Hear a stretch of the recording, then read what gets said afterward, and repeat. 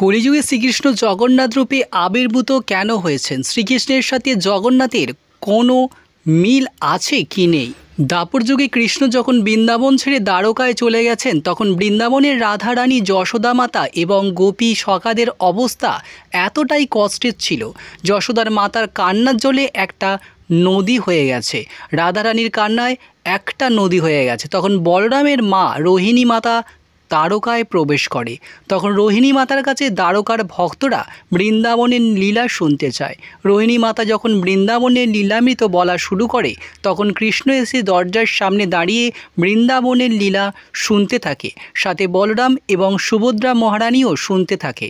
শুনতে শুনতে একসময় কৃষ্ণ, বলরাম, সুভদ্রা মহারানীর হাত ভেতরের দিকে চলে যায়, চোখ বড় বড় হয়ে যায়, পা ভিতরের দিকে চলে যায়। তখনই নারদমুনি এসে উপস্থিত হয়। নারদমুনির এই রূপ দর্শন করে তখন নারদমুনি ভগবান শ্রীকৃষ্ণকে বললেন, প্রভু, আপনার এই দিব্যরূপ কলিযুগে আবির্ভাব হবে। কৃষ্ণ তখন নারদমুনিকে কথা দেয় যে আমি পুরুষোত্তম ক্ষেত্রে আবির্ভাব হব এই রূপে। এই জন্য জগন্নাথ এই রূপের রহস্য এবং এই তার মূল কাহিনী।